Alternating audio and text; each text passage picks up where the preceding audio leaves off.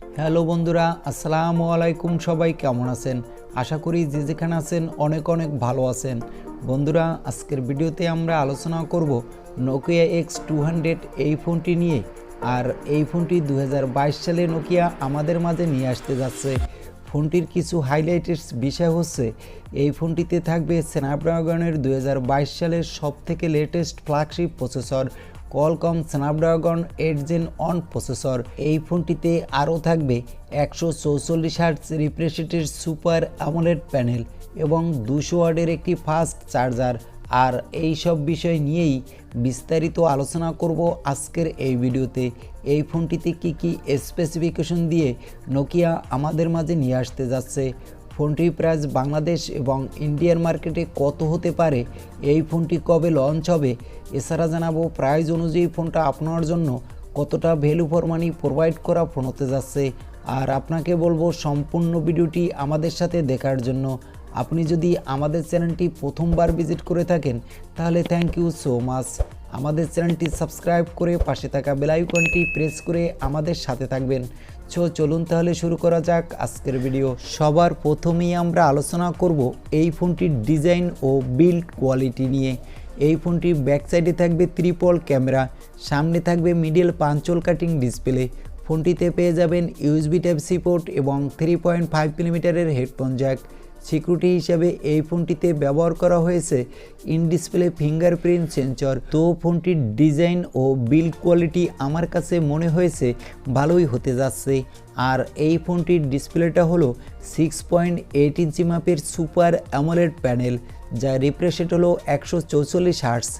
আর এই ডিসপ্লেটা হলো মোটামুটি বড় একটি ডিসপ্লে। আপনারা যারা মোবাইল দিয়ে অনলাইন ক্লাস করেন, প্রচুর পরিমাণে মুভি দেখেন এবং গেমিং পারফরমেন্স করতে ভালোবাসেন, তাদের জন্য এই ফোনটির ডিসপ্লেটা হতে যাচ্ছে একটি দুর্দান্ত ডিসপ্লে।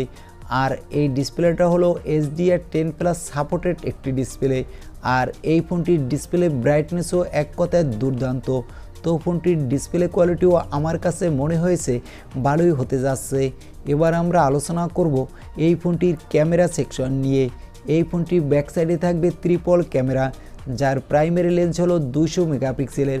ফোনটিতে পেয়ে যাবেন 50 মেগাপিক্সেলের একটি massive ultra wide angle lens এবং 12 মেগাপিক্সেলের টেলিফটো ক্যামেরা। আর এই ফোনটির সামনে পেয়ে যাবেন 32 মেগাপিক্সেলের সেলফি ক্যামেরা। ব্যাক সাইডের ক্যামেরা দিয়ে আপনি 4K রেজলিউশনে ভিডিও রেকর্ড করতে পারবেন এবং সামনের ক্যামেরা দিয়েও 4K রেজলিউশনে ভিডিও রেকর্ড করতে পারবেন। এছাড়া একটা ফোনের ক্যামেরা সেকশনের বেসিক যেসব সেন্সর আমাদের প্রয়োজন হয়ে থাকে সবই থাকছে এই ফোনটিতে। তো ফোনটির ক্যামেরা কোয়ালিটিও আমার কাছে মনে হয়েছে ভালোই হতে যাচ্ছে। আর এই ফোনটিতে প্রসেসর হিসাবে ব্যবহার করা হয়েছে স্ন্যাপড্রাগনের সবথেকে লেটেস্ট ফ্ল্যাগশিপ প্রসেসর 2022 সালের কোয়ালকম স্ন্যাপড্রাগন 8 Gen 1 প্রসেসর। আর এই প্রসেসরের পারফরমেন্স এক কথায় দুর্দান্ত।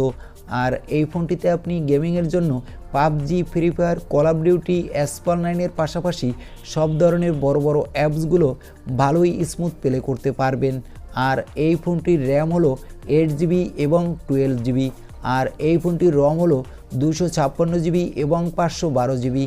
আর এই ফোনটিতে ব্যাটারি হিসেবে ব্যবহার করা হয়েছে 5000 mAh এর ব্যাটারি।